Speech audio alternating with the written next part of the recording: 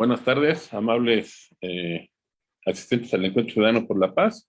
Nos encontramos hoy en nuestras pláticas cotidianas con el doctor Javier Cérvulo. Nos hace favor de compartirnos su tiempo y nos va a dar una plática breve acerca de lo que es o fue la pandemia de coronavirus y cómo podemos empezar a realizar actividades pues presenciales, ¿no? De manera más segura.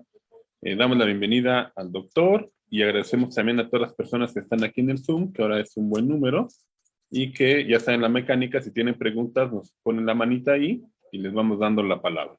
Adelante, doctor. Pues ¿Nos muy quieres buenos días a platicar un todos. poquito de tu trayectoria profesional? Ok, pues muy buenos días a todos. Antes que nada, muchas gracias por la invitación. Pues bueno, mi nombre, ya como lo decían, soy el doctor Javier Cérvulo para servirles.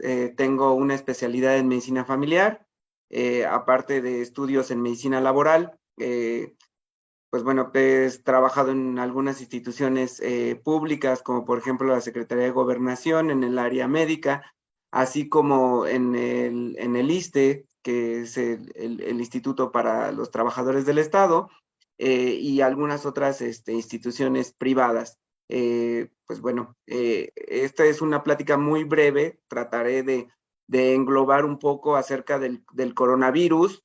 Digo, la realidad es que es un tema que hemos estado digiriendo por ya algunos años y pues la realidad es que nada más venimos a definir en qué momento estamos o dónde estamos parados actualmente. De manera inicial me gustaría ser bien específico y muy puntual que fue una enfermedad nueva, fue una cuestión que nos tomó a todos por sorpresa y a todos por sorpresa me refiero pues no nada más a la población en general, sino también a los médicos, investigadores y toda la gente que trabaja alrededor de la cuestión de la salud. Entonces esto pues ha originado que la información esté cambiando. O sea, de hecho, apenas hoy por la mañana comentaba con mi esposa que de hecho, pues ya por ahí, hace 8 días, bueno, ya estamos a 12 de noviembre, perdón, entonces hace 11 días hubo una actualización, entonces si realmente hace 11 días pues no leíste esta actualización, pues ya estás desactualizado. Entonces, ¿qué quiere decir esto? Que obviamente esta información está cambiando de manera repentina, pero sobre todo irá cambiando como vaya siendo el transcurrir de los años. Empezaremos por lo que yo creo que ya hemos visto en múltiples noticiarios y que ya no sabemos de memoria. Pues, ¿qué es el coronavirus? Para empezar, el coronavirus pues es un virus, como su nombre lo dice, que tiene forma de corona. Aquí vemos que todos estos como pequeñas protuberancias o chipotitos, como le digo en algunas clases a los niños, son algún tipo de proteínas que lo que hace es que le da esta forma que vemos en estas imágenes y por eso es que es nombrado coronavirus. ¿Es el primer coronavirus que conocemos? No, realmente ya hay algunos otros coronavirus que han sido descritos, por eso es que su nombre tan peculiar, pero este en específico tenía ciertas características que ahorita vamos a ver. ¿De dónde viene pues la palabra COVID o de dónde salió toda esta nomenclatura? Pues bueno, la palabra COVID-19 viene co de corona, vi de virus, de enfermedad y 19 viene del año en el que fue reportado el primer caso.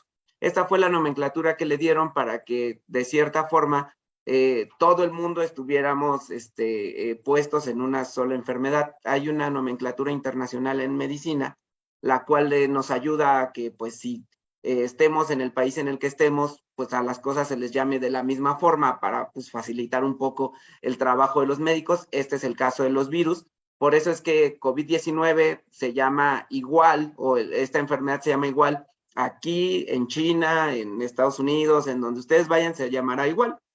También quise poner porque algunos noticiarios utilizaban el SARS-CoV, así lo llamaban, la enfermedad del SARS-CoV, o todos lo decían alrededor de SARS-CoV. Esto pues realmente viene de la palabra en inglés de Severe Acute Respiratory Syndrome Coronavirus, síndrome de coronavirus del síndrome respiratorio agudo grave. O sea, la realidad es que es otra forma llamada COVID-19 o realmente es lo que la enfermedad o lo que el virus estaba expresando en el ser humano. ¿ok? Muy bien, pues alrededor de todo este tiempo, pues la realidad es que este virus pues ha estado sufriendo ciertas mutaciones. Una de las características de las virus es precisamente esa, que cada vez o como va avanzando el tiempo, pues realmente va teniendo múltiples variaciones. Esto es algo muy normal. Por ejemplo, el virus que produce el resfriado común que todos hemos padecido y que todos conocemos, pues realmente es uno de los virus que más mutaciones tiene. Se dice que si tú lo adquieres, pues tú lo adquieres, por poner un ejemplo, en forma de triángulo, y cuando tú lo transmites, ya lo transmites en forma de cuadrado, y la persona que lo recibió en forma de cuadrado lo transmite en forma de círculo, y así, por poner un ejemplo. Entonces, los virus están acostumbrados, o es parte de su naturaleza el tener este tipo de mutaciones. De hecho, desde el inicio que se encontró el coronavirus, se esperaba que hubiera una mutación, ¿ya? Entonces, pues ya hemos pasado por múltiples mutaciones, hasta algunas que ni siquiera se han escuchado en las noticias. Realmente hemos escuchado las tres principales, que son pues, las que han normado picos o elevación de la enfermedad, que pues, fue el virus original, después la variante Delta, después la Omicron, y ahorita pues ya tenemos alrededor de 85 variantes identificadas alrededor del virus. Van a encontrar algunos artículos que hablan de miles de variaciones, pero realmente las 85 se centran en variaciones muy reales o muchísimo más desarrolladas. De hecho, aquí podemos ver una imagen de cómo era el virus original y cómo va con Omicron. Si se fijan, pues se ven ahí como muchos chinitos, por así decirlo, de diferentes colores, pero pues todas esas son capas proteicas o bueno, proteínas, y todas esas son cambios que se le han dado al virus, y por ende es que ha llegado a esta mutación que tenemos.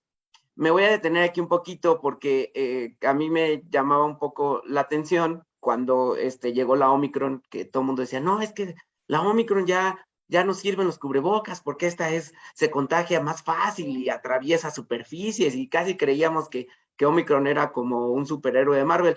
Pero la realidad es que no. Lo único es que, pues, de acuerdo a las mutaciones, diferentes virus necesitan menos carga viral para poder infectar a un ser humano. Ahorita vamos a pasar a lo que me refiero con carga viral y lo vamos a entender un poco mejor.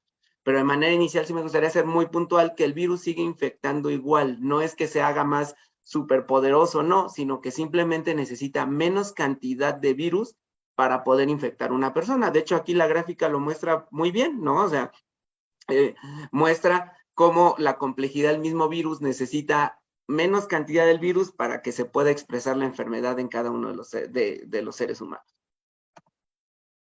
Muy bien, pues los síntomas creo que esos ya los dominamos perfectamente bien. La enfermedad llega a causar dolor de cabeza, dolor de garganta, secreción nasal, tos, fiebre, pérdida del olfato y el gusto, hasta falta de aire, fatiga, dolor muscular o corporal, náuseas o vómitos y diarrea.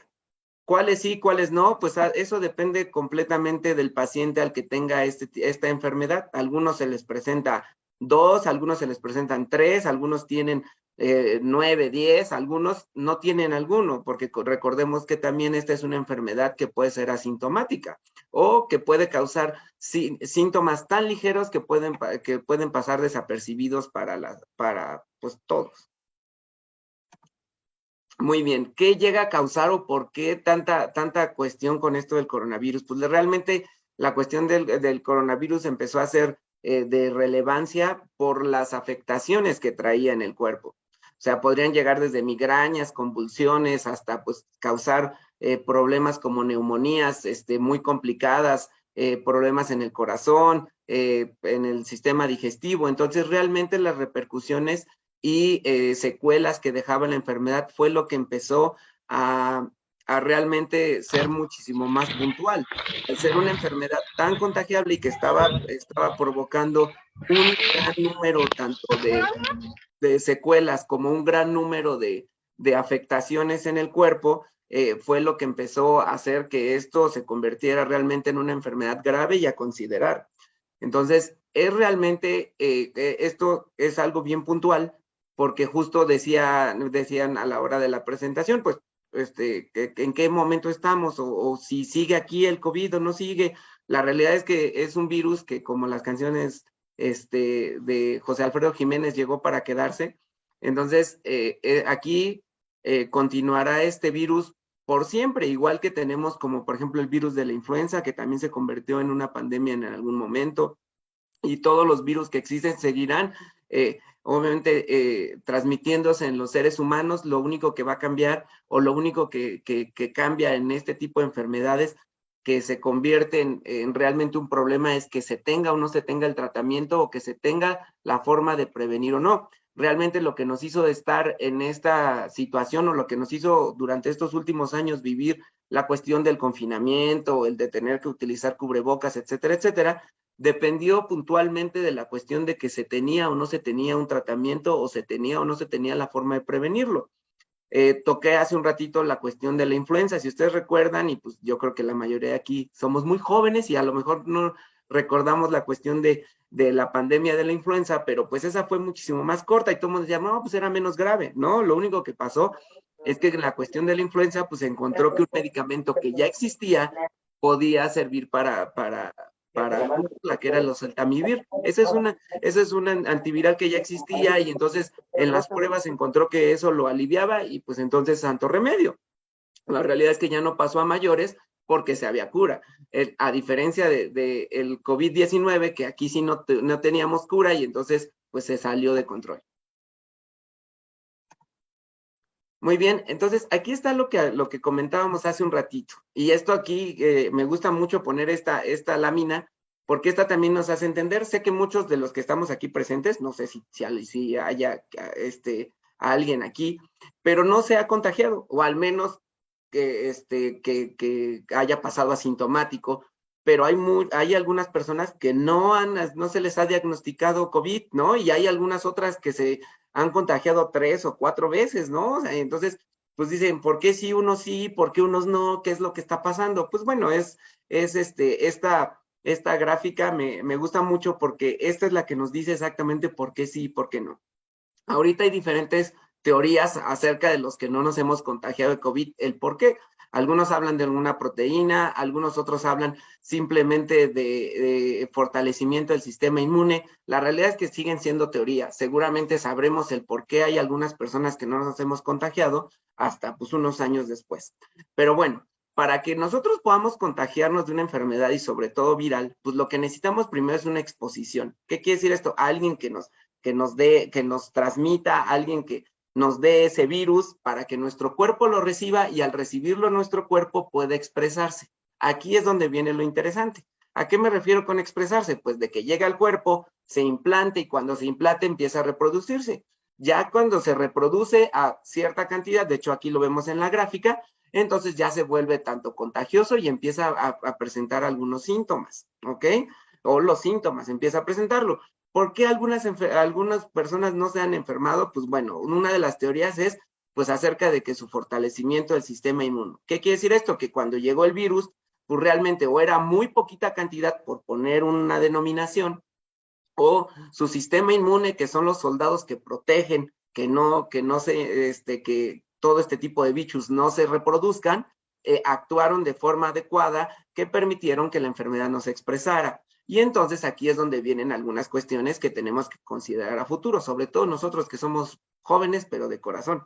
Uno, pues hay que tener una buena alimentación. La alimentación lo que nos ayuda mucho, pues es justo a tener a nuestro sistema inmune en forma correcta. Hacer ejercicio. El tener una actividad física también facilita que el sistema inmune se encuentre al 100%. Entonces, con estos dos factores, realmente se mantiene un sistema inmune normal, o por arriba de lo normal. ¿Qué quiere decir esto? Que se tiene en buenas condiciones para poder enfrentar no solamente el virus no solamente el coronavirus, sino todas las enfermedades que existen. Entonces, la otra teoría, pues justo como lo decía, es una proteína que evita que cuando el virus llega al cuerpo pueda implantarse y reproducirse de forma correcta. Entonces, seguramente después de algunos años sabremos cuál es la realidad, pero justo esto también podría explicar por qué algunos sí nos enfermamos o por qué algunos no. O sea, de hecho, esto también habla un poco acerca de cómo dentro de la misma familia, pues a pesar de que eran 4 o 5 integrantes, pues se enfermaba uno, se enfermaban 2, y hay familias en las que pues, se enfermaban todos. Entonces, justo tiene que ver con esto. Si hay alguna duda, comentario o algo por el estilo, con todo gusto pueden hacérmelo saber en cualquier momento de la presentación. Muy bien, ¿cómo se transmite el coronavirus o cómo llegamos nosotros a obtener esta carga viral? Pues bueno, de manera inicial es de una carga directa. Ya desde hace 2 años, si no mal recuerdo, sí, ya casi 2 años, porque fue en noviembre, de hace 2 años cuando se vio que las superficies no transmitían el COVID. Si se acuerdan al principio, pues la realidad es que el desconocimiento de la misma enfermedad nos hacía ponerle Lysol a todo, el Lysol se acabó en todos lados, todo mundo limpiábamos con cloro todo, cuando uno recibía las cosas o iba al súper, todo lo limpiaba perfectamente bien. ¿Por qué? Porque teníamos el desconocimiento de saber cómo se transmitía el virus. Al principio se dijo que el virus podía vivir dentro de las superficies que fueran inertes, como por ejemplo madera, plástico, metal, ¿sí? Porque las investigaciones iniciales se hicieron en un laboratorio que estaba completamente cerrado, con un clima completamente regulado, sin corrientes de aire. Entonces, pues ahí se hicieron las pruebas, que son pruebas de laboratorio, y se vieron que sí podía sobrevivir el virus en las superficies. Por eso es que se pedía que se limpiaran las cosas con cloro, pues se lavaran o que se les aplicara Lysol. Entonces, pero como fueron avanzando las investigaciones, pues ya realmente nos dimos cuenta que pues eso era dentro de un laboratorio, que ya pues en un ambiente normal el virus no sobrevivía. Por eso es que se llegó un momento en decir, no se preocupen, ya no limpien las cosas, no se transmite a través de superficies inertes. La segunda fue los alimentos. Los alimentos desde un principio se dijo que por su misma composición química que tenían no lo transmitían, entonces en los alimentos no había una situación. Entonces, para no seguir haciendo un poco más de historia, eso es por a través de lo que pasamos, y sí muy puntual porque todavía me he encontrado pacientes que todavía siguen con la creencia de que en las superficies puede realmente encontrarse el virus. Eso ya se descubrió hace mucho que eso no es cierto, ¿ok? Entonces, lo que sí las investigaciones nos han demostrado ahorita es que el virus es completamente respiratorio. ¿Qué quiere decir esto? Que la forma en la que se transmite este virus es a través del aire, ¿ok? Y de estas gotitas que conocemos como gotitas de flush. Las gotitas de flush son estas micro gotitas de saliva que salen cada vez que respiramos, cada vez que hablamos, cada vez que tosemos, cada vez que estornudamos. Algunos sacan gotitas chiquitas, otros sacan gototas grandotas como Silvestre el gato o como su servidor. Entonces, aquí tenemos justo una imagen que nos muestra, pues, cómo cuando hablamos sacamos partículas muy pequeñas, y la diferencia entre usar y no usar cubrebocas. De hecho, si se fijan, hasta están con diferentes colores, son más o menos el porcentaje que se tiene de gotitas cada vez que se habla. Entonces, esto obviamente nos ha llevado a utilizar cuestiones que sean muchísimo más puntuales acerca de esta cuestión. De hecho, yo creo que algunos de ustedes han visto la imagen que tenemos en la parte inferior derecha, que es un contabilizador de CO2. Eso lo que hace, eso se está utilizando pues, en gran parte del mundo. Aquí, desafortunadamente, en México he visto muy pocos.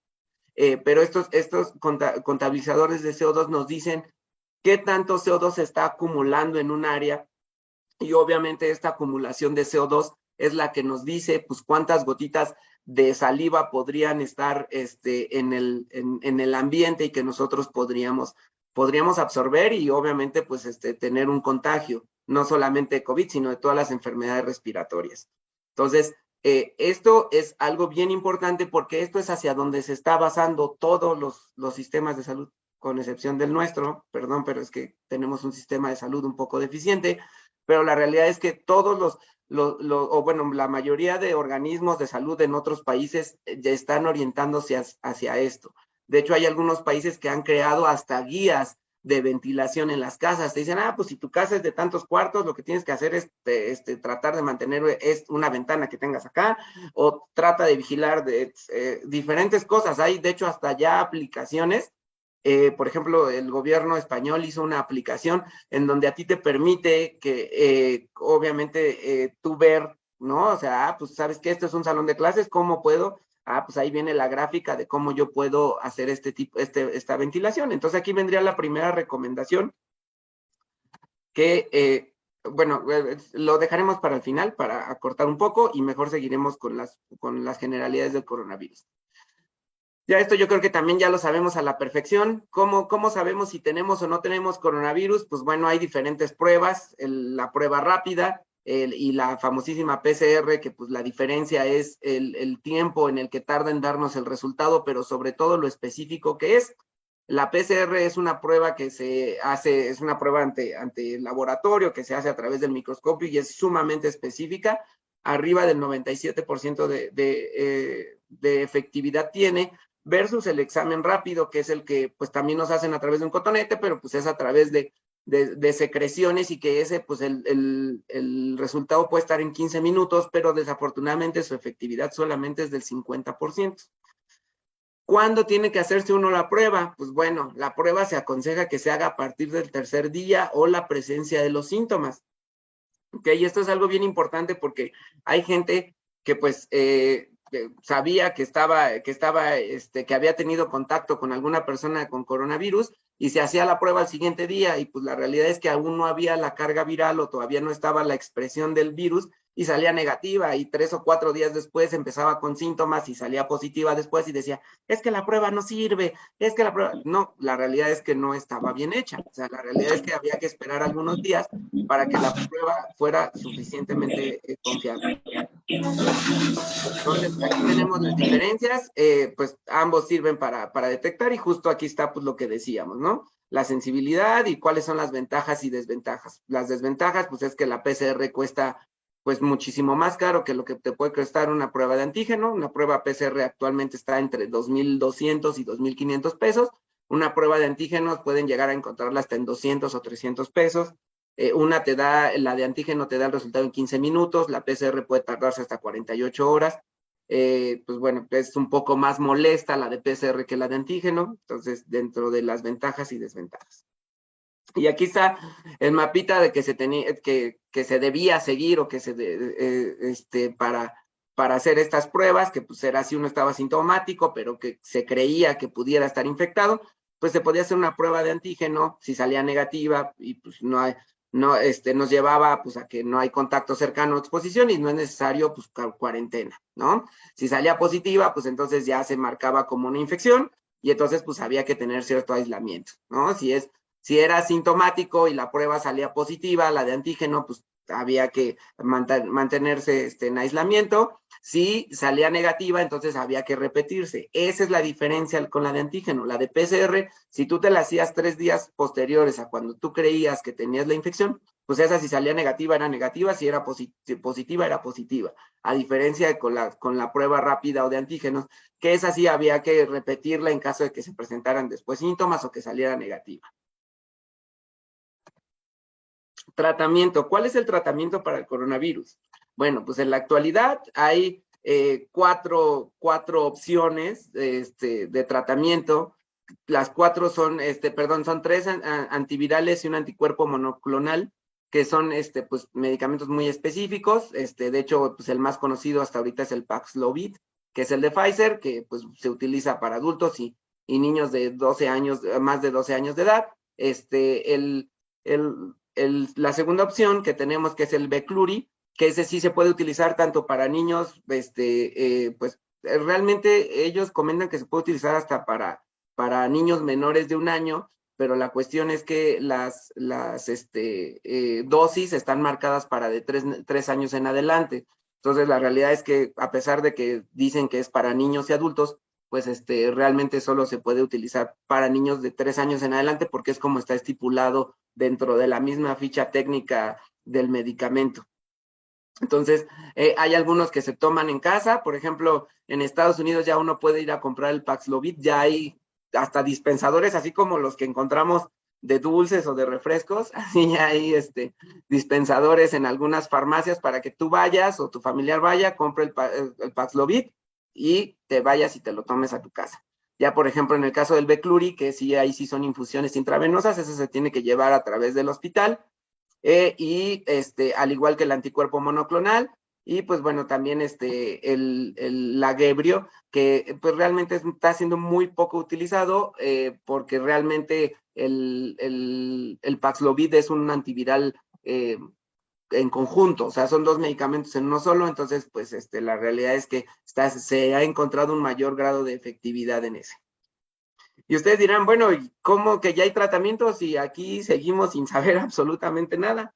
Pues sí, efectivamente este tratamiento está disponible en muchas otras partes del mundo, desafortunadamente en México no, a pesar de que ya está autorizado. La COFEPRIS en enero autorizó tanto el Manupiravir y también, según yo, el Paxlovid, a partir de enero del 2022, se autorizaron ambos. Y ustedes dirán, y bueno, ¿y por qué los médicos no lo estamos recetando? Pues de una forma muy sencilla. La COFEPRIS los autorizó para pues realmente no dijeran que estaban bloqueando los tratamientos de coronavirus en México, pero la realidad es que dentro de la misma especificación los clasificaron a solamente uso del servicio de la Secretaría de Salud. ¿Qué quiere decir esto? Que nadie más, ninguna otra institución privada podría adquirir el medicamento de ninguna forma. O sea que solamente lo va a manejar la Secretaría de Salud. Entonces, y pues hasta ahorita no ha comprado, hay unas dosis prometidas de Paxlovid, pero no las ha pagado. Entonces, por tanto, Pfizer no las ha entregado. ¿Qué quiere decir esto? Que pues no tendremos acceso seguramente en un ratito a ninguno de los dos medicamentos. Los medicamentos ya están autorizados por la COFEPRIS, pero está igual que la cuestión de las vacunas. Está completamente centrada la Secretaría de Salud y pues hasta que nuestra Secretaría de Salud se digne o tenga dinero para surtirse de este medicamento, pues seguramente ya lo va a poder abrir a los demás. Esto tiene que ver con una cuestión, hay una entrevista al secretario de Salud cuando apenas llevábamos como un año de la pandemia, en donde justo sus palabras fueron así de que los fifís no se curarían ni tendrían protección antes que los demás. Entonces, pues lo que no quieren es que los que tengamos dinero o los que tengan dinero para pagar el tratamiento puedan comprarlo y que pues no se tenga en las clínicas de medicina familiar.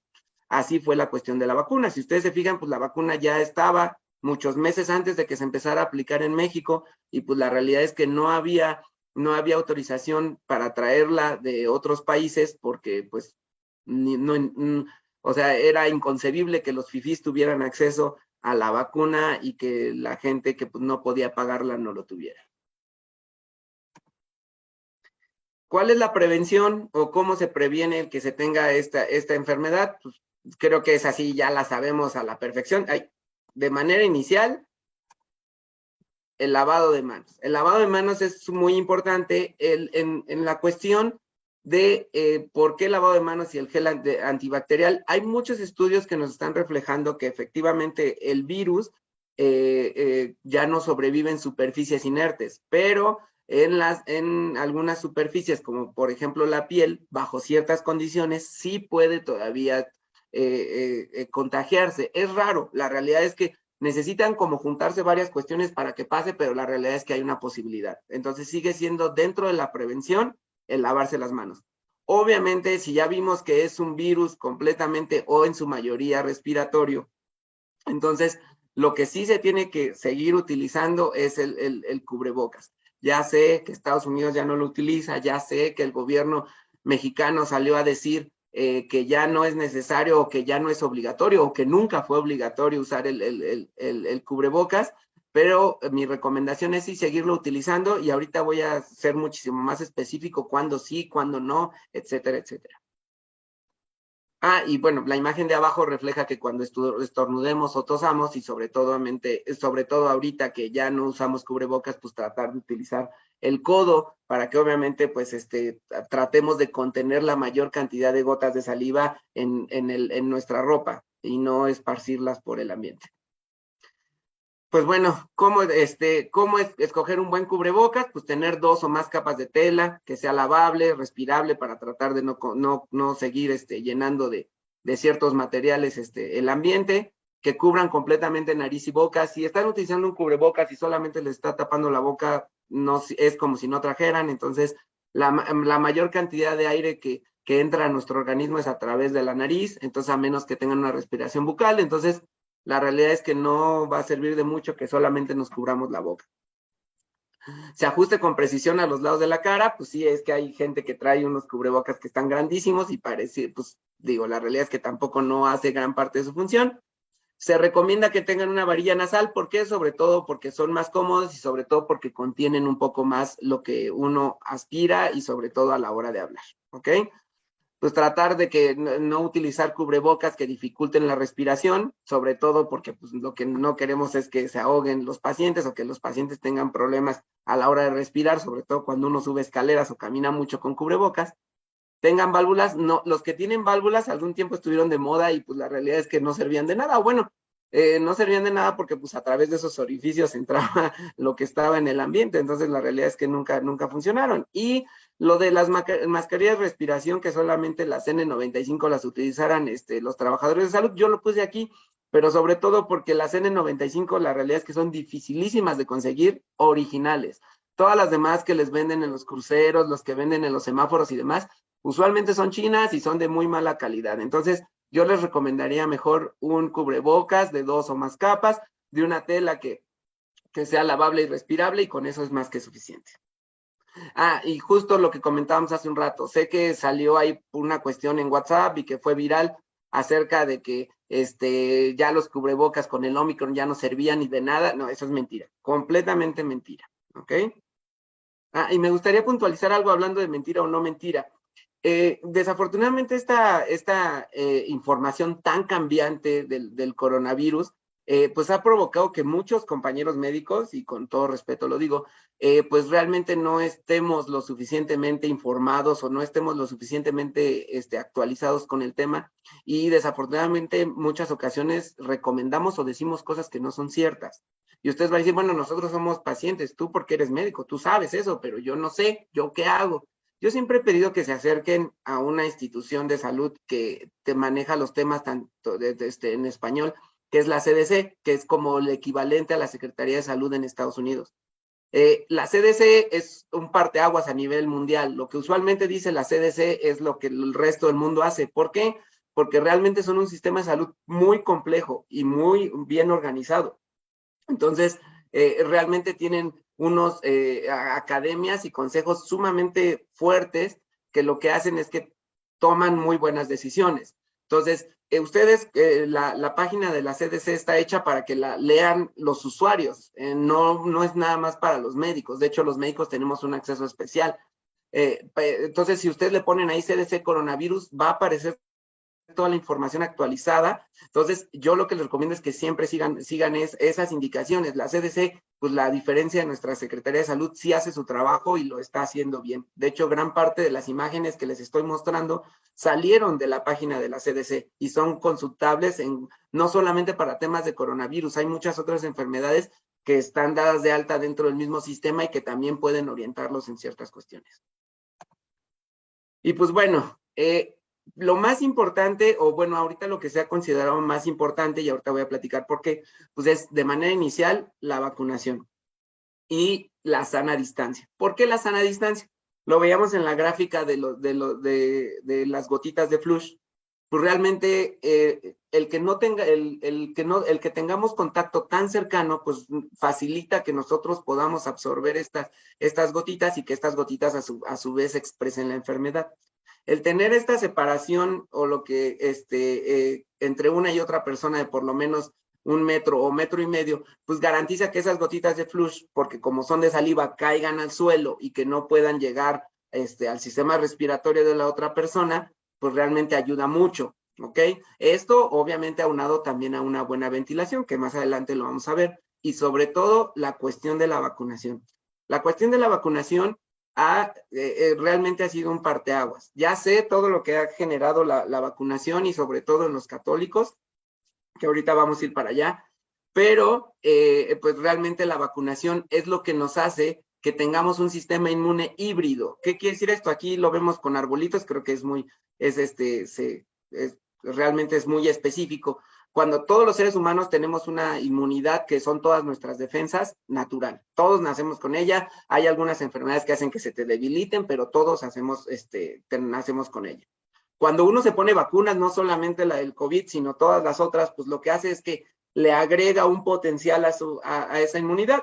La mayoría de las vacunas funcionan en que se mete el virus atenuado o a punto de morirse, para que me entiendan, y entonces pues cuando entra nuestro sistema inmuno lo reconoce, lo decodifica, y a la próxima vez que se infecte, pues tendrá mayores herramientas para poder combatirlo.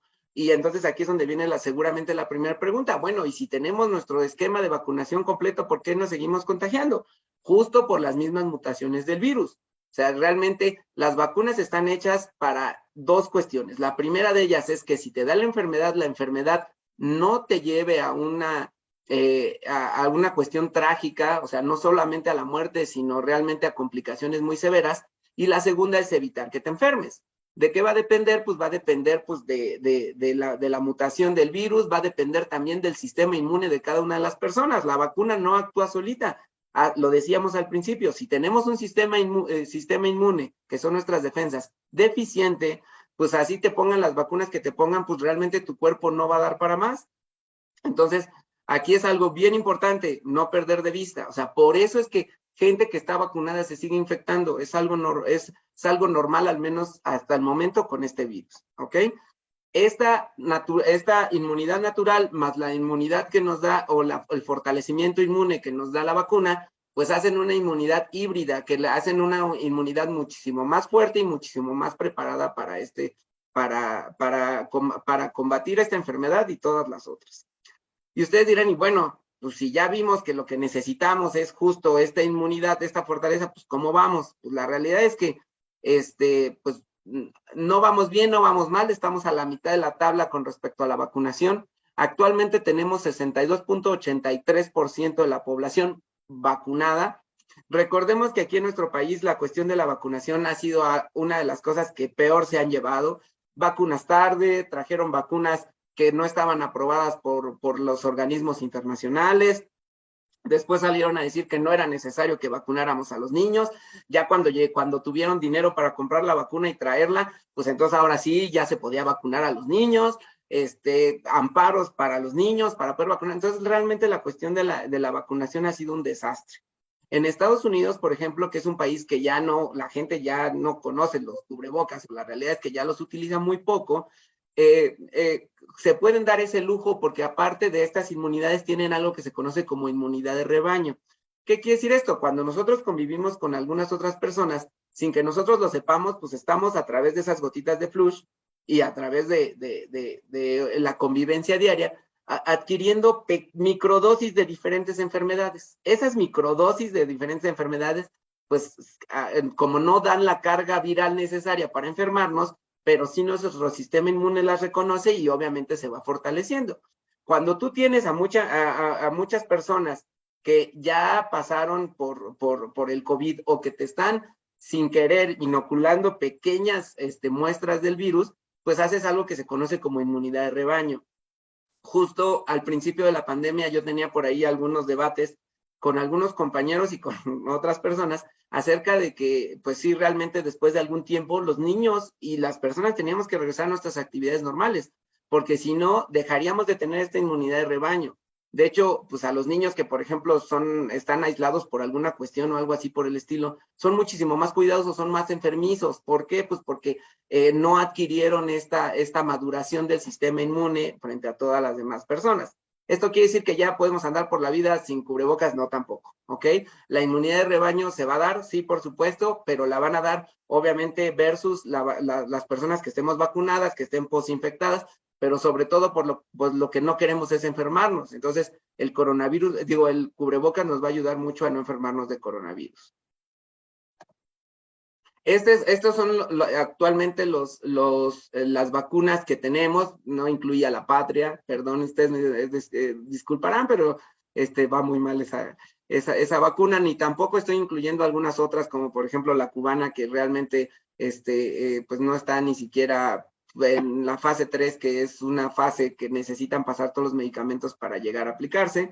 Entonces, en la actualidad, pues todos creo que aquí en México tenemos de diferentes marcas, Pfizer, Moderna, Sputnik, muchos de nosotros han ido cambiando los esquemas de vacunación. De manera inicial, se empezó con uno y posteriormente otro, si era Pfizer, Moderna, o Sputnik, y después pues salió la Johnson Johnson, que solamente era una dosis, pero como fue avanzando, pues se dio cuenta que pues la inmunidad que te otorgaba necesitaban una dosis extra, por eso es que la mayoría de ellas tienen un refuerzo, pero la mayoría de ellas se han quedado en 3 refuerzos. Eso es algo bien puntual y que me gustaría dejarlo marcado, porque aquí en nuestro país, insisto, esto de la vacunación se está llevando muy mal. La mayoría de las vacunas son de 3 dosis. La cuarta dosis o el segundo refuerzo solamente está autorizado para mayores de 50 años y personas que tengan problemas con el sistema inmune. Si no tienes más de 50 años o no tienes un sistema inmune, no te tienes que aplicar la cuarta. Entonces, y para aplicar la cuarta necesitan pasar por lo menos 4 meses del primer refuerzo. Entonces, eso es algo bien importante porque, por ejemplo, aquí en Hidalgo, vinieron y pusieron la tercera en noviembre o diciembre, no mal recuerdo, pero un mes después ya estaban convocando para la cuarta, solamente para evitar que se echara a perder esa vacuna. Y la realidad es que eso estaba mal. Entonces, esas son las cuestiones. Lo digo principalmente porque pues me he topado con unos pacientes que quieren ya a sus hijos ponerles la cuarta dosis. De hecho, la tercera dosis para niños apenas se autorizó hace 8 días. Hace 8 días apenas se sugirió que era buena idea. Y ustedes dirán, ¿y por qué apenas hace 8 días entonces ya sabían desde un principio? No, lo que están tratando de hacer es que la vacuna se esté poniendo cada cierto tiempo. Por ejemplo, ahorita la vacuna de la influenza nos la tenemos que poner cada año.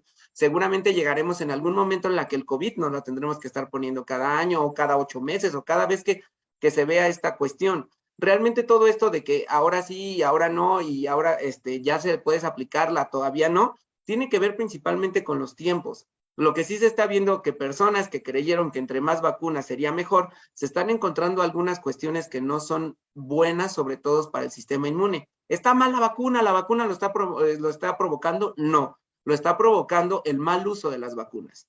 Entonces, a mí me preocuparía, tanto por la Secretaría de Salud como por la gente que toma ese tipo de decisiones, pues realmente las complicaciones que en un futuro se pueden tener. Esta cuestión de la vacunación, la realidad es que trajo un pleito seguro bueno, sobre todo entre católicos, y digo, yo tengo la oportunidad de apoyar a algunas instituciones que pues trabajan a favor de la vida, como por ejemplo el CAM, y la realidad es que era pleito con todo mundo, ¿no? O sea, era pleito de que no, es que están hechas de células que extraen de los bebés abortados y realmente una muy mala información. De manera inicial, yo, este es mi sentir, muy personal, yo siempre que haya una cuestión, pues yo siempre le hago caso al Papa, ¿no? Entonces el Papa pues, salió a decir que el vacunarse era un acto de amor, ¿no? Era un acto de caridad. Entonces yo de manera inicial dije, bueno, pues si el Papa está diciendo que es un acto de caridad y un acto de amor, pues es algo que todos los católicos tendríamos que estar haciendo. Alguna vez alguien me dijo, pero es que el Papa Francisco y sus ideas, y yo dije, bueno, aquí a ti, ¿quién se te hace el más fuerte en la fe, no? O sea, de los papas. No, pues Benedicto XVI, perfecto. Su santidad emérita también ya se puso la vacuna. Entonces, la realidad es que no sé en qué momento caímos en una desinformación. Yo realmente tuve debates muy serios, no solamente con aquí gente en México, realmente por ahí terminé hasta bloqueado de algunas redes sociales bueno, hay 2 personas que son muy famosas en cuestión pro vida en Estados Unidos, Daniela y algo así, no me acuerdo muy bien, pero justo subieron al doctor que aseguraba que Pfizer había utilizado células de niños abortados y pues en ningún momento decía el procedimiento que se hubiesen utilizado.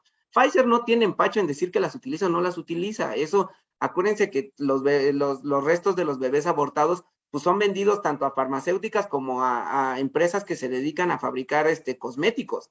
Entonces, la realidad es que Pfizer no tiene empacho en decirlo, ¿no? O sea, ¿por qué? Pues porque de algún lado, en algunos países sí son muy vigiladas este tipo de cosas. Y Pfizer, cuando sacó el estudio de la vacuna, en ningún lado decía que había utilizado ese tipo de células.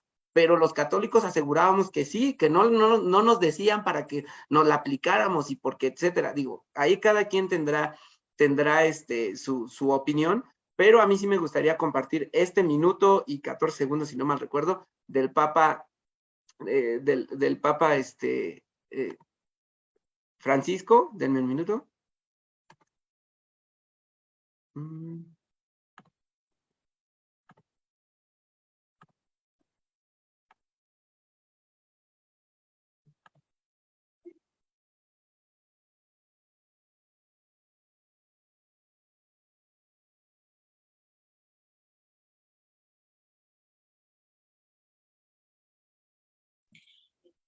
Ponle volumen. No se escucha lo que dice el Papa. Ahora vamos con el cuadradito de arriba.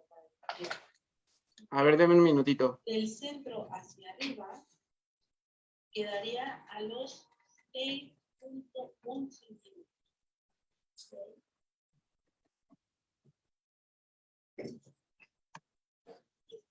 ¿Ahí se escucha? No. Creo que cuando compartes tienes que ponerle abajo, ¿no? Compartir video.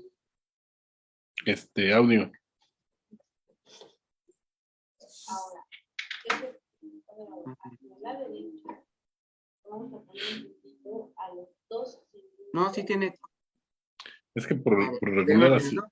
Ahí está. A ver. No se preocupen. Es que, a ver, ahí va a estar. Era el volumen. Con espíritu fraterno me uno a este mensaje de esperanza en un futuro más luminoso.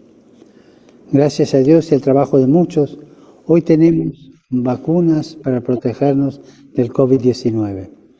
Ellas traen esperanza para acabar la pandemia, pero solo si están disponibles para todos y si colaboramos unos con otros. Vacunarse con vacunas autorizadas por las autoridades competentes es un acto de amor. Y ayudar a que la mayoría de la gente lo haga es un acto de amor. Amor a uno mismo, amor a los familiares y amigos, amor a todos los pueblos. El amor es también social y político. Hay amor social y amor político. Es universal, siempre desbordante de pequeños gestos de caridad personal capaces de transformar y mejorar las sociedades. Vacunarse es un modo sencillo pero profundo de promover el bien común y de cuidarnos unos a otros, especialmente los más vulnerables. Le pido a Dios para que cada uno pueda aportar su pequeño grano de arena, su pequeño gesto de amor. Por más pequeño que sea, el amor siempre es grande. Aportar esos pequeños gestos para un futuro mejor. Que Dios los bendiga y muchas gracias.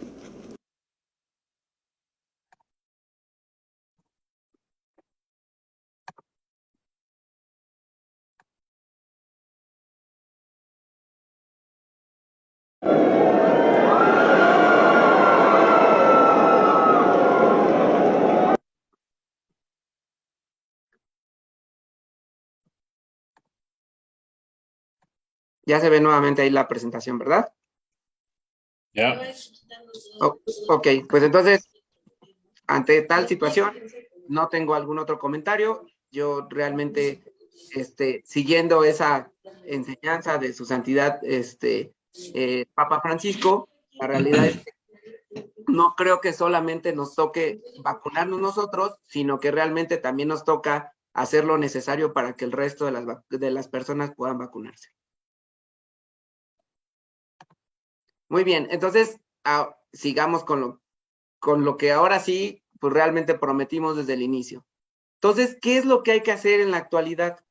En la actualidad, como ya vimos que en su mayoría este virus es respiratorio, pues de manera inicial lo que tenemos que prevalecer y por mucho es la ventilación. La ventilación es lo que va a terminar por todas estas gotitas de saliva, el movimiento del aire, al ser más pesadas, lo que hace es que las lleva al suelo. Y no se preocupen, ya vimos que en superficies no hace nada, entonces no importa que las traigamos en los pies. Realmente es la ventilación. Hay muchas, si ustedes quieren, pueden meter en Google y pueden poner ahí ventilación de espacios cerrados y les va a dar todas las opciones, que si tu cuarto es de tanto por tanto, hagas esto. La realidad es que lo único que se ha visto que es muy eficiente y que es algo muy sencillo es la famosísima ventilación cruzada.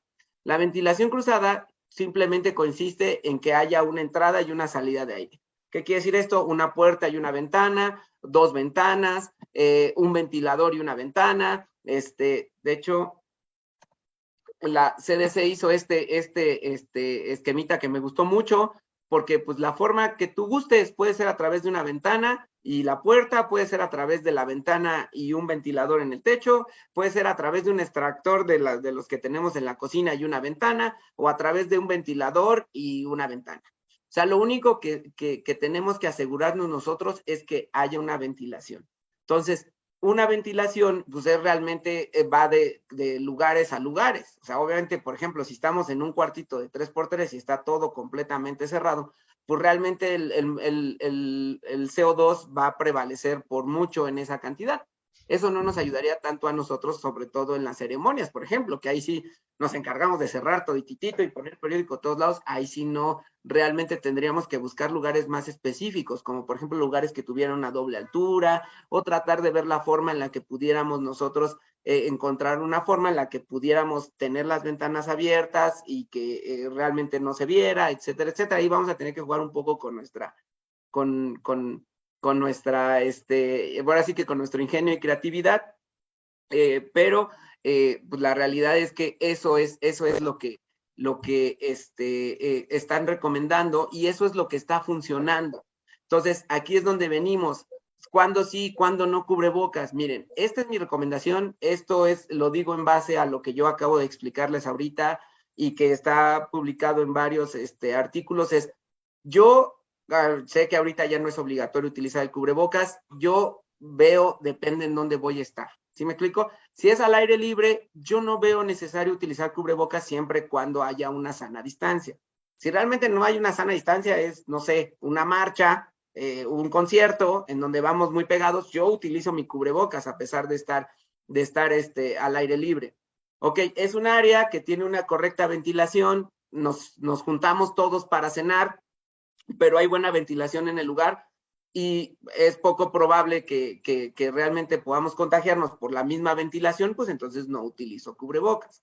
Estoy en una junta en donde todo está cerrado porque hace mucho frío y ya vemos varias personas en un lugar, pues entonces utilizo mi cubrebocas. Creo que más o menos el parámetro ahorita para utilizar o no utilizar el cubrebocas va a depender justo de qué tan ventilado o no ventilado esté el lugar. Y va a tener que ser a ojo de buen cubero, porque insisto, aquí en México no estamos utilizando los detectores de CO2. En algunos otros países, estas cajitas que veíamos en una de las diapositivas anteriores, se pone y tiene una alarma. Entonces, cuando ya sube a 300, suena una alarma. Entonces, en ese momento, hay indicaciones de que te salgas del lugar en donde estás, se abran todas las ventanas y puertas para que pues baje el CO2, y ya cuando el indicador muestra que el CO2 ha disminuido, todo el mundo regresa a eso mismo. Por ejemplo, en Estados Unidos la mayoría de escuelas lo tienen. Entonces, ahí es donde las maestras están vigilando que pues el nivel de CO2 sea el adecuado. Entonces, aquí como obviamente pues no hay esa cultura todavía, pues lo vamos a tener que hacer a ojo de buen cubero. ¿Sabes qué? Pues aquí sí es un cuarto muy cerrado, sí somos muchos, pues entonces sí. O ¿saben qué? Pues nos vamos a juntar en tal casa para hacer una reunión, pues entonces todos traemos nuestro cubrebocas. Oigan, pues que nos vamos a juntar en tal lado para hacer tal fiesta, pues nos vamos a poner nuestro cubrebocas. Entonces, y pues tratar de que haya una ventilación. Entonces, es más o menos lo que nosotros podemos hacer a estas alturas. Porque, insisto, ya la ciencia nos ha demostrado que el virus es completamente respiratorio, o en su mayoría respiratorio. Y pues bueno, antes de irme, me gustaría compartir una muy buena noticia en algo que se le está denominando la triplidemia, que es realmente la unión de tres enfermedades. En Estados Unidos, sobre todo, estamos teniendo, hay algunas cuestiones ya complicadas en el sistema de salud, debido a que, pues, tenemos la cuestión del COVID, tenemos la cuestión de la influenza, que ahorita es justo de los meses de noviembre a febrero es cuando más casos se presentan, y ahora tenemos el virus sincicial respiratorio. El virus sincicial respiratorio es un virus que usualmente ataca a los niños. Son raros los casos en adultos, pero llegan a presentarse. Entonces, ahorita estas 3 enfermedades respiratorias están, pues, de cierta forma colapsando, no colapsando, pero sí haciendo más numerosas las visitas a los centros de salud. Esto lo digo porque, pues, la realidad es que tenemos una frontera con Estados Unidos, ¿no? Entonces, y pues los virus no conocen de este tipo de fronteras, ya lo vieron, ya el COVID nos enseñó eso. Entonces, es probable que nosotros lleguemos a tener esta cuestión siempre y cuando no hagamos lo necesario. Lo necesario, pues, terminará siendo uno, vacunarse, tanto de COVID como vacunarse de influenza, justo las recomendaciones de ventilación y justo lo que decíamos, lo del uso de cubrebocas, y eso obviamente pues garantizará que sean menos los casos tanto de COVID como influenza, porque de influenza seguimos teniendo casos. Lo comentaba hace un rato, la diferencia es que pues si tú te enfermas de influenza, vas a la consulta, pues agarramos una receta, le damos oseltamivir y se acabó la situación. ¿Ok? El COVID ya se está manejando así en Estados Unidos. Tú te enfermas de COVID, vas con tu médico y tu médico te manda el medicamento. Aquí en México, pues no tenemos el medicamento de COVID, pues entonces el único que sí tenemos es el de influenza. Entonces, lo que yo les recomendaría es que, pues tampoco no dejemos pasar las enfermedades respiratorias así como así, y sobre todo, pues no nos automediquemos. Muchas veces puede ser COVID o puede ser influenza, y pues no nos damos cuenta, y cuando ya menos nos enteramos, pues ya pudimos haber contagiado a varios integrantes de nuestra familia. Y como lo que más tenemos en esta, o bueno, aparte somos todos adultos, puse esta tablita en la que hay diferencias entre lo que es el COVID y la influenza, ¿no? O sea, para menos tener una noción. Insisto, todo este tipo de diagnósticos los hacen los médicos y hay que dejárselos a que ellos los hagan. Pero pues al menos para que ustedes tengan una idea de que si podría o no podría ser. Pues bueno, el COVID y la influenza ambos producen fiebre y escalofríos, ambos producen tos, ambos producen dolor de cabeza o de cuerpo y cansancio en general. Donde tenemos diferencias es que el COVID produce pérdida de olor o sabor, congestión nasal, dolor de garganta, dificultad para respirar en algunos casos, ¿ok? Y la infección llega a darse entre los 2 y los 14 días después de tener esta recepción del virus, y en la influenza es un poco más rápida, entre 1 y 4 días después de la infección. Lo más importante en ambos casos terminará siendo el qué tanto prevengamos, y prevengamos es buena ventilación, el uso de cubrebocas y la vacunación. Y pues bueno, si no tienen ustedes alguna duda o algo más en lo que yo pueda servirles, para servirles. Pues como siempre lo hacemos, ahí pueden poner la manita. Si tienen alguna pregunta, por favor levanten la manita en el Zoom. Y ahí en el chat hay 2 o 3 preguntas. Sí, claro, justo eso te iba a decir, que ya estoy viendo. A ver. Comentar del dióxido de cloro. Ay, Dios mío. Eso es algo que no puse, pero que es súper importante tocar. El dióxido de cloro no es un medicamento. O sea, de hecho, realmente es un producto milagro. Así está tipificado por la COFEPRIS, y no solamente por la COFEPRIS, sino está por muchos otros organismos de salud. Por ejemplo, en Canadá, hace como unos 10 años más o menos, el dióxido de cloro fue prohibido porque se empezó a utilizar como tratamiento alternativo para cáncer. Entonces, y se empezaron a encontrar cuestiones tóxicas. Les voy a decir que aquí, uno de mis pacientes, que también es amigo nuestro, empezó a tener problemas hepáticos por consumir dióxido de cloro. O sea, la realidad es que el dióxido de cloro trae muchos problemas, sobre todo hepáticos y renales. No, su funcionamiento no es una cuestión médica. Es un poco como el factor, se me fue ahorita, el factor que maneja el Instituto Politécnico Nacional, que según es bueno para todo, y pues la realidad es que no hay un estudio que certifique que sí. Sé que del dióxido de cloro fue una cuestión súper especial, sobre todo porque médicos que nosotros teníamos, o que yo en lo personal tenía en una muy buena estima, como por ejemplo la doctora Chinda, pues la realidad es que empezaron a decir que eso era y demás. O sea, digo, la realidad es que ahí sí, pues difiero, y no difiero yo, sino difiere todos los estudios. Insisto, el dióxido de cloro está prohibido en varios países desde hace muchos años. O sea, donde sí se encontraron cuestiones muy graves fue en Canadá, porque en Canadá hubo alguien que lo llevó como producto milagro y le hicieron muy buena publicidad y resultó que se vendió como pan caliente. Pero pues ya empezaron a llegar pacientes con problemas hepáticos y renales y está prohibido por la Secretaría, pues lo que equivale a la Secretaría de Salud en Canadá. Entonces el dióxido de cloro sí de manera inicial pues se vendió como un medicamento o que te podía prevenir del COVID, y la realidad es que no hay un estudio que certifique su eficacia ni para el COVID ni para el resto de enfermedades. He leído que la vacuna que la están poniendo a los niños no está aprobada. ¿Qué tan conveniente es llevarlos a vacunar? Tengo un bebé de 4 años. Sí está aprobada. O sea, la realidad es que estas aprobaciones de emergencia provocaron un poco como de nerviosismo o sobre todo de precaución. Digo, insisto, y también a los médicos. O sea, la realidad es que el poder aprobar un medicamento de emergencia o de vacuna quiere decir que se saltaron ciertos filtros para poder llegar. Eso es la realidad. Eso no, ahí no hay vuelta de hoja.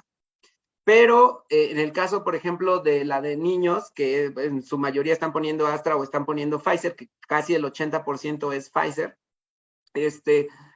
ya desde un inicio se había visto que era efectiva en niños, pero lo que no se sabía era la dosis adecuada para poder tener una reacción inmune adecuada. Entonces, realmente ya nada más lo que pasó entre adultos y niños fue el determinar qué cantidad de vacunas se necesitaba para poder tener una expresión inmune correcta. Entonces, yo sí los vacunaría. De hecho, a mis hijos tienen ambas vacunas. Yo tengo un hijo de 9 años y una hija de 7. Ambos tienen sus vacunas al día. Yo sí lo vacunaría. O sea, la realidad es que sí están aprobadas las dos. Es una aprobación de emergencia, eso es cierto, pero yo siempre lo he dicho, y en esto de la medicina nos ha pasado mucho. Muchas veces nos damos cuenta de que algo anda mal después de que se pone o que se da el medicamento, y a estas alturas ya llevamos casi año y medio vacunando niños y no ha habido alguna repercusión. O sea, entonces la realidad es que, pues ahora sí que hasta si quieren verlo de manera burda, ya hasta se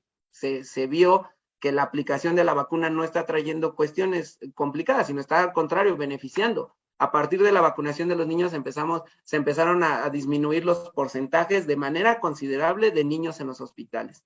Porque acuérdense que la vacuna en estos momentos ayuda a no infectarse, pero sobre todo ayuda a lo que podría ocasionar. Si no, voltéense a ver, hace 2, 3 años, bueno, 2 años y medio, hace tiempo, pues realmente quien se enfermaba, pues era muy complicado, era era la decisión entre meterlo o no meterlo al hospital, a verlo morir o no verlo morir. Ahorita ya te enfermas y casi es como unas vacaciones. O sea, la realidad es que ya te da COVID y ya es así de, pues aquí estoy con COVID, día 2, día 3, ¿no? O sea, la realidad es que realmente la vacuna está haciendo efecto y yo sí los vacunaría, sí la vacunaría. Esa ventilación será, espérame, porque creo que se movió. No, sí. Esa ventilación será cuando hay alguien infectado de COVID o todo el tiempo. Todo el tiempo. Todo el tiempo. La ventilación tiene que ser todo el tiempo porque no sabemos si alguien tiene el virus o no. Como lo decíamos al principio, puedes estar contagiado de COVID y ser asintomático. Entonces, la ventilación puede ser todo el tiempo. Factor de transferencia. Sí, muchas gracias, Antonio. Efectivamente, gracias. Se me fue el otro que les decía del poli, se llama factor de transferencia. Me lo recordó Antonio. Muchas gracias. ¿Qué es recomendable es usar cubrebocas al realizar ejercicios, sobre todo en lugares cerrados? Gracias. Híjole, mira, esa es una muy buena pregunta. Depende qué tan cerrados.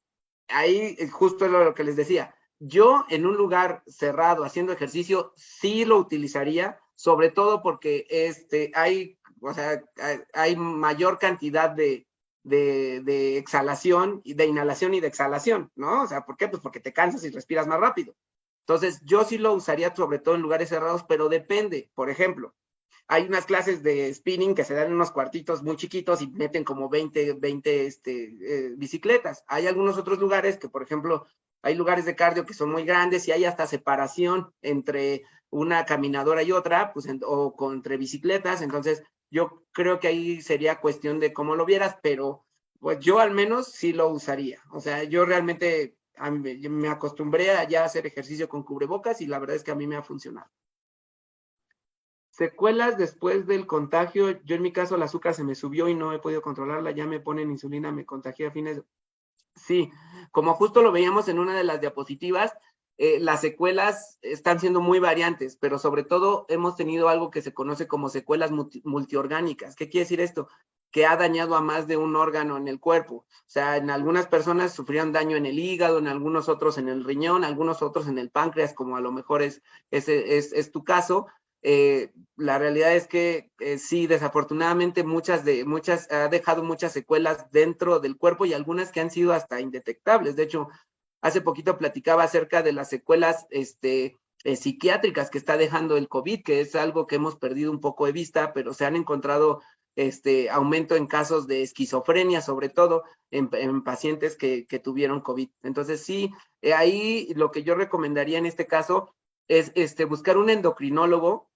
Si ya te están poniendo insulina, buscar un endocrinólogo, y si ya lo estás haciendo, eso está muy bien, porque va a llegar el momento en el que te indiquen cuánta insulina y cómo la necesitas para poder regularlo. Tu dieta, hacer un poquito de ejercicio y seguramente con eso la vas a poder controlar. Muchas gracias a todos. También recomendaban la ivermectina. Ay, sí, es que, sí, la realidad es que la Secretaría miren, al principio el mismo desconocimiento hizo que los médicos hiciéramos algo que yo no sé si estuvo bien, pero tampoco no creo que haya estado mal. Lo voy a explicar por qué. Al principio, cuando estaba el COVID y no sabíamos qué ocasionaba, cómo todo lo demás, pues entonces lo que empezaron a hacer, o empezamos a hacer, porque yo también lo hice, es a dar cócteles de acuerdo a las principales afectaciones que causaba.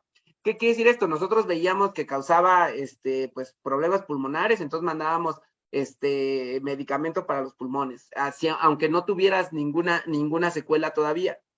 Que pues causaba problemas en la circulación, pues vamos a mandar algo que prevenga esos problemas en la circulación. Entonces, entre los médicos nos hicimos de mandar ese cóctel preventivo. Dentro de ese cóctel preventivo estaba la ivermectina. Y no solamente pasó en México, o sea, de hecho realmente el cóctel llegó a ser mundial. O sea, la realidad es que terminó siendo una recomendación de todos los médicos en donde pues realmente decíamos, pues vamos a dar esto y esto y esto para prevenir esto, y pues nos manteníamos al pendiente de causa esto. Entonces, pues realmente hay que hacer esto, ¿no? Entonces, el caso de la ivermectina fue de los primeros que dijeron, a ver, no, esto sí no sirve de nada y lo único que está ocasionando son daños hepáticos, no den ivermectina.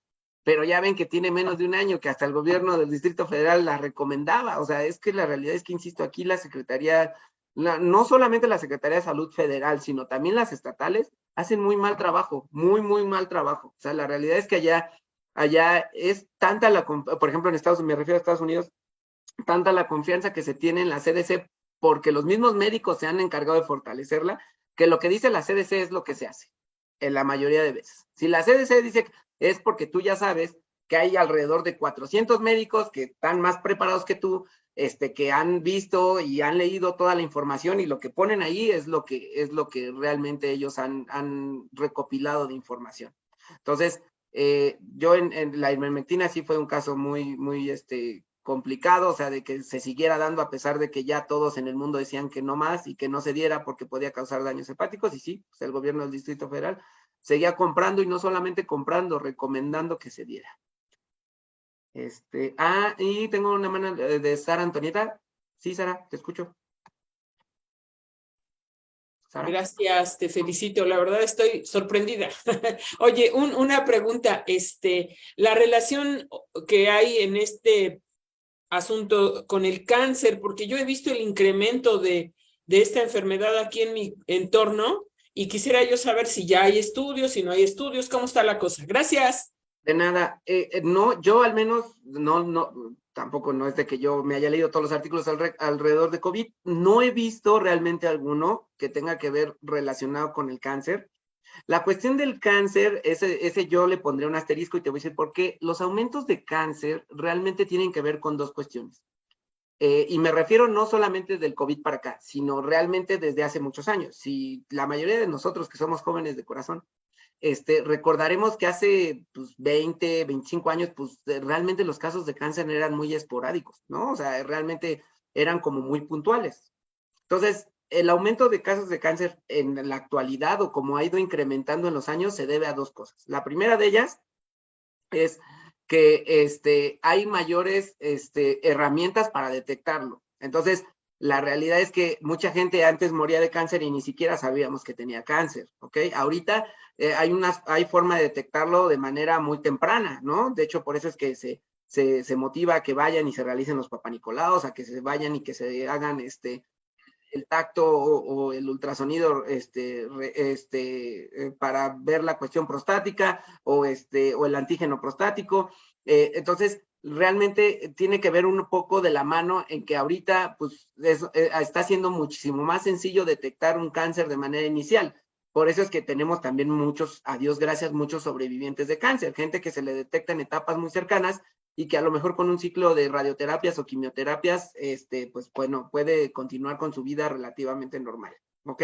Ese es el primero, pero el segundo y principalmente, y que de ese sí hay estudios, tiene que ver realmente con la alimentación. La alimentación en dos aspectos. La primera de que está realmente la alimentación que llevamos no solamente en México, sino en el mundo, ha ido cada vez más en declive.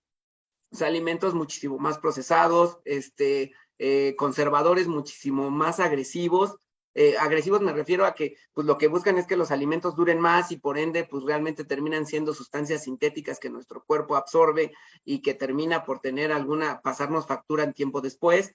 El sedentarismo, o sea, la obesidad sobre todo es uno de los, si ustedes buscan qué ocasiona la obesidad está metida en todos en casi todas las enfermedades. Entonces, realmente también el que no hagamos algún tipo de actividad física nos está llevando a obviamente tener más enfermedades como cáncer, diabetes, hipertensión arterial, etcétera.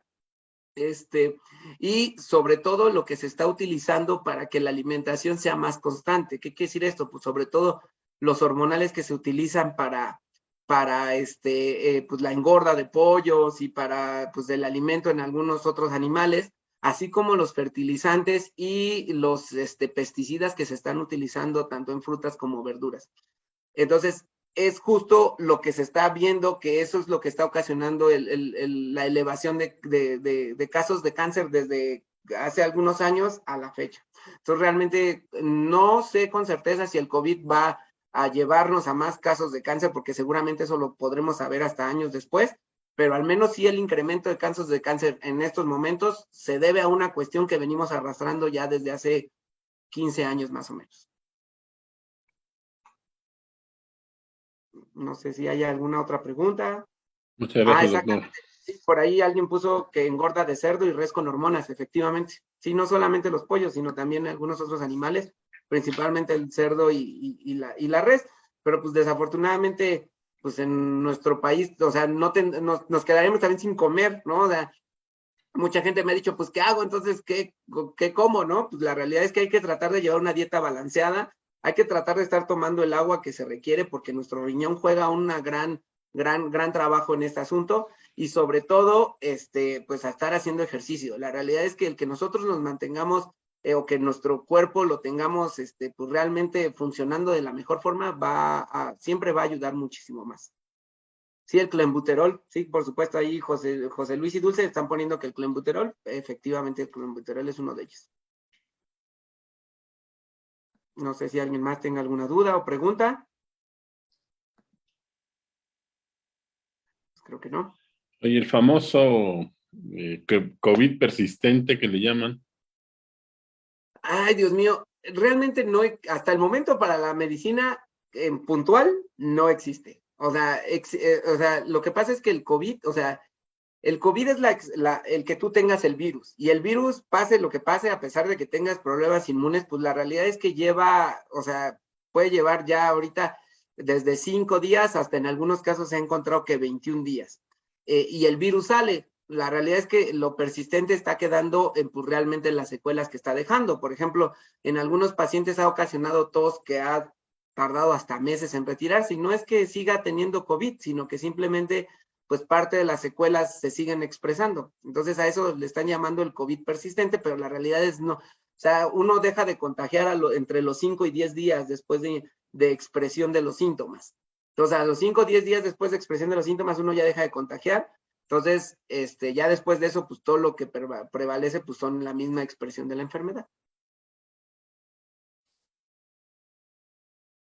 Hay por ahí otra pregunta. ¿Cuál es la reacción de combinar la ceftriaxona con lincomicina? ¿Hay daño en los riñones? Miren, para empezar, la ceftriaxona es un antibiótico de tercera generación, o es un antibiótico que se tiene que utilizar de forma muy específica. Ese yo creo que sería tema de otra reunión acerca del uso de antibióticos aquí en México. De hecho, por eso es que hace algunos años ya se prohibió que se pueda tener venta libre. La lincomicina es otro antibiótico muy específico. La realidad es que utilizar ceftriaxona y lincomicina solamente se lo dejaría a un médico que tuviera muy puntual para qué tipo de infección lo utiliza. Desafortunadamente ahorita también los médicos entraron a esta cuestión comercial de que todo es servicio al cliente, y nosotros somos también, o bueno, pues sobre todo los pediatras, y digo no porque le eché a los pediatras, pero llegó un momento en el que recetaban puros antibióticos de esa magnitud, y la realidad es que en eso no está bien. Eso no está bien. Muchas enfermedades se pueden tratar con penicilina o con amoxicilina o con ampicilina, y la realidad es que solamente no se dan porque pues lo que busca el médico es que pues muchas veces atinarle de forma adecuada, y mejor dice, no, mejor mando este antibiótico que es de amplio espectro, entonces si tiene algo más, pues lo va a curar. Entonces, sí, ahí los médicos no estamos haciendo el uso correcto de la farmacología. Insisto, combinar ceftriaxona y lincomicina tendría que ser por una cuestión muy específica, y sí tendría que tener un seguimiento, pero sobre todo hepático, más que renal, hepático.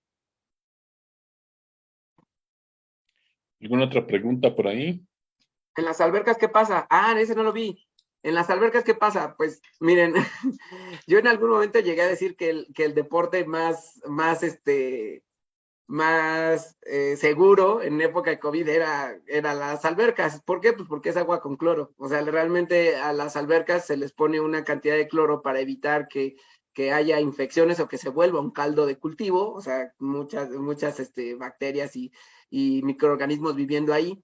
Entonces, realmente me parece un ambiente muy seguro, porque casi te estás bañando en agua con cloro, ¿no? O sea, digo, la realidad es que aquí también depende, ¿no? O sea, no es lo mismo ir a una alberca y que todos estén pegados unos a otros, a, pues, por ejemplo, ir y que haya unas 5 o 6 personas. Ahí realmente lo que habría que cuidar es qué tan cercano se está de una u otra persona.